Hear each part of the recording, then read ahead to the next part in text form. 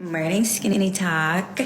Your belly is the first thing that enters a room. You do not need a cheat meal. Rotating your clothes, feeling a little bit tired. Just Skinny Talk is number get back to 21. your ideal Everything has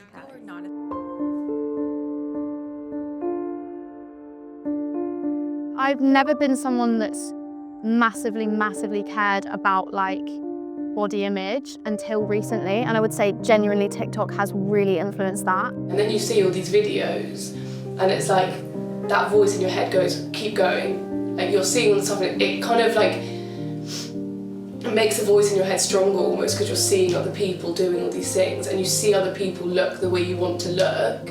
Eating all of these kinds of super ultra skinny, what I eat in a day, and it's like an apple and a coffee,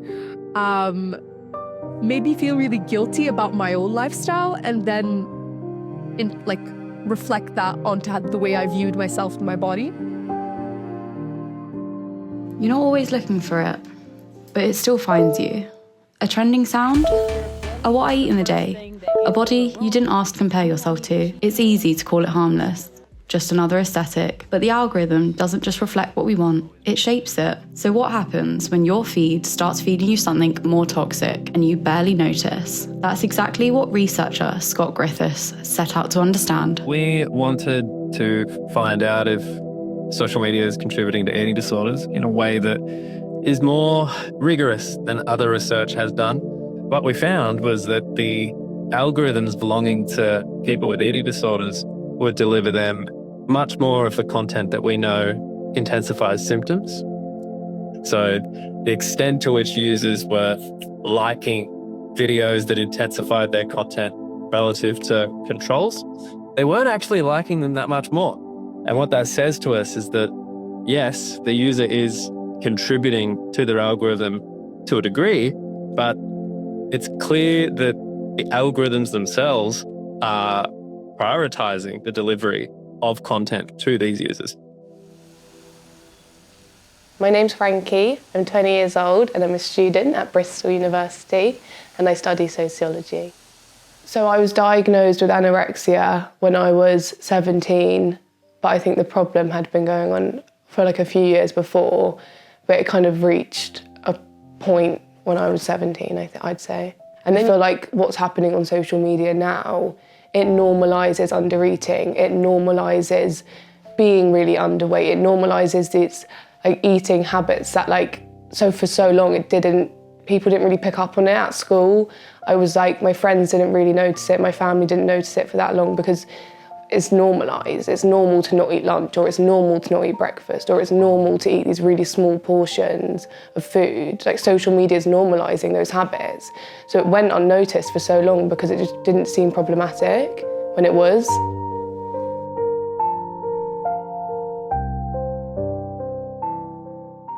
TikTok blocks skinny talk. TikTok blocks use TikTok bans skinny talk after European regulator concerns. Disorders.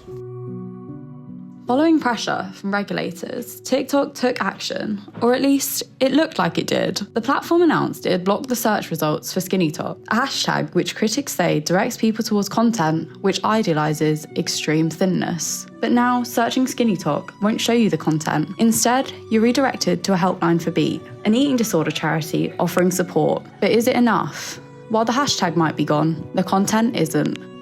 More recently, there's definitely been a rise of, and you'll have to forgive me because I don't know what the specific name is, but extremely skinny people, sharing, that are clinically malnourished, sharing tips and tricks about, how to reduce the amount they're eating and things like that. And I think that is scary and that is very dangerous. But I think the ones that scare me more are the ones that are kind of practicing what seems to be a healthy lifestyle that is completely disordered and restrictive, but because they appear healthy, we're just kind of taking it that it's okay. So my name's Hannah and I'm the founder of Full of Beans, which started as an eating disorder awareness podcast.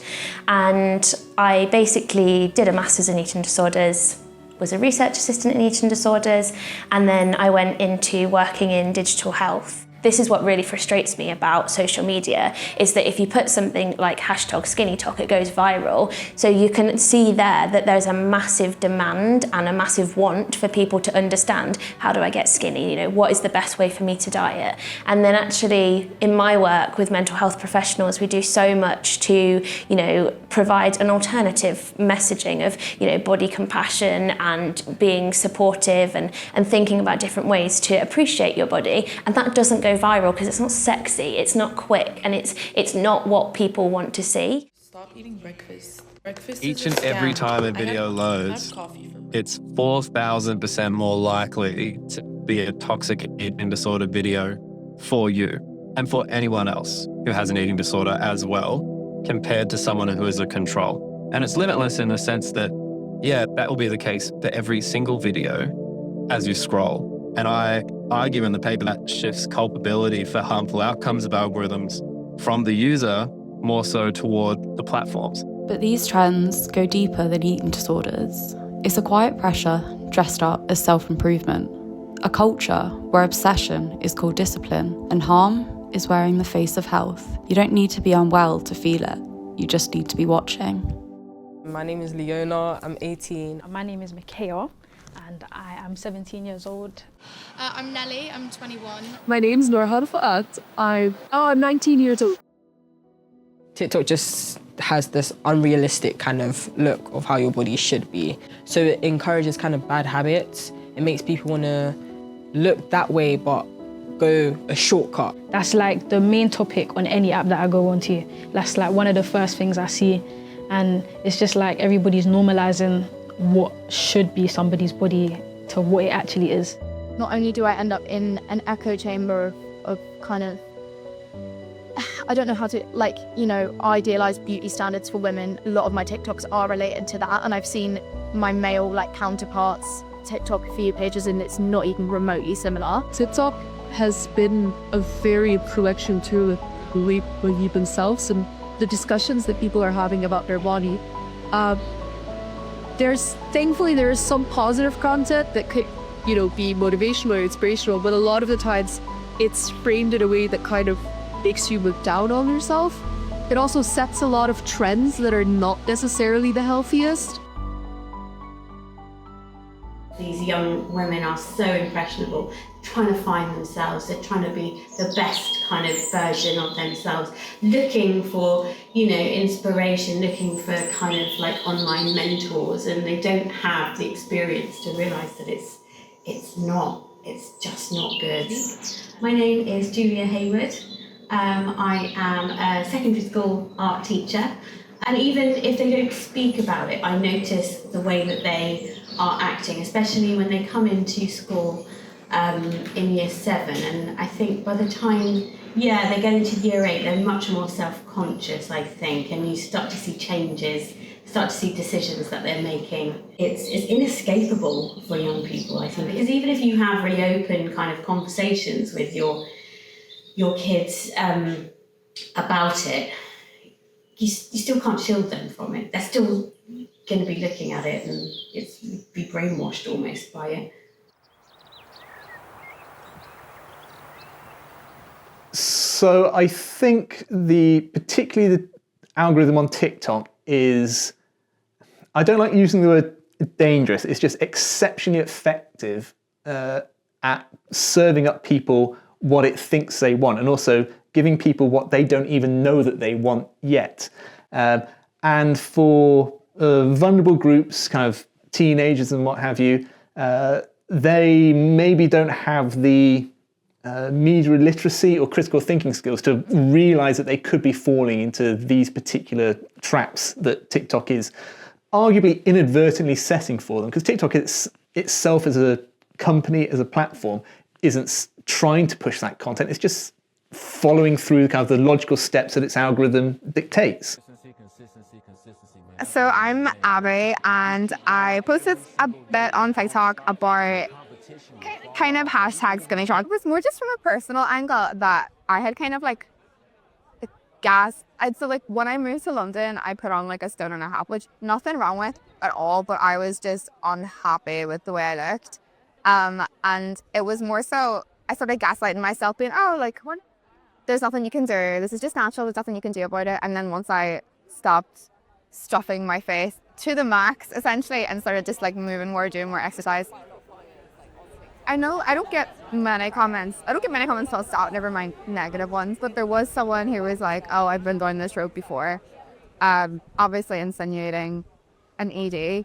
I think that if you like view it as that, then that maybe says more about your headspace rather than trying to diagnose me with a premature eating disorder.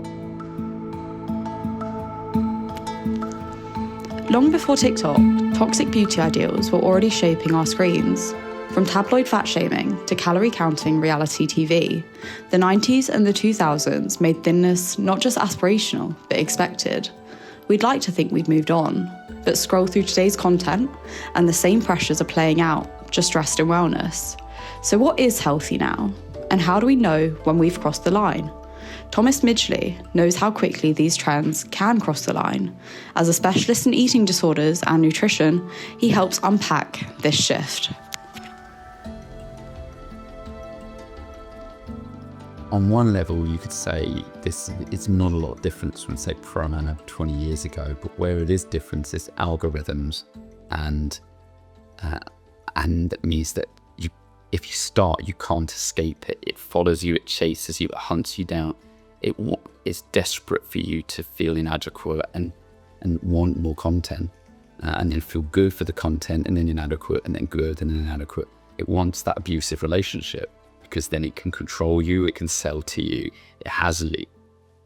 So it's the worst of both worlds. That's fundamentally, it's, and it's tapping into our most vulnerable individuals. The more vulnerable people are, the more they're gonna want and access that.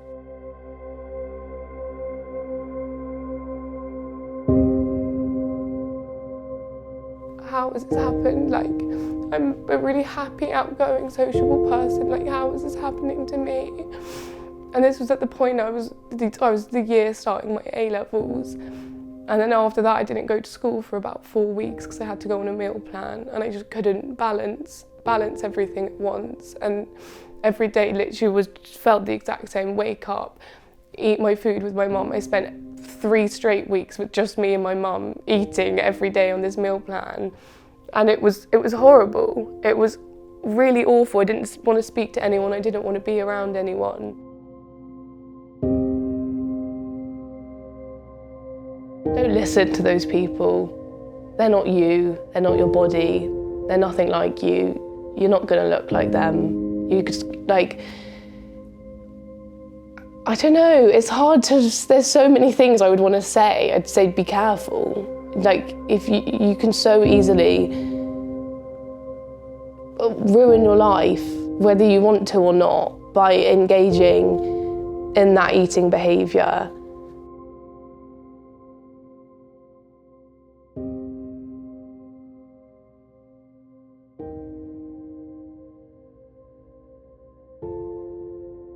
Yeah, so I think when I was growing up, the message was very much, love your body and appreciate everything it can do. And whilst that's a beautiful message, when you are a young girl trying to find your way in the world, it's really difficult to love your body. And so I think just whatever feelings you're feeling towards your body, if there's someone that you can talk to about it, that maybe is slightly older and they've got a bit more experience in terms of navigating the world where your body feels uncomfortable, then talk to them. Because for me, the biggest thing was, I suppressed all those feelings I had about my body, and that led to several years of an eating disorder. Whereas actually, when I started to open up about it, I realised that maybe not everyone had an eating disorder, but everyone had their insecurities, but they had their own ways of dealing with it, and realising that actually what was unique about their body was beautiful. And that's a very difficult thing to comprehend, but also you're so much more than your body. Smoke curls around her silhouette of a girl in lace and her Hunger Games, staring into broken dreams. Dinner's cold, but she is colder still. Beauty's pain, the world stands still. The moon is her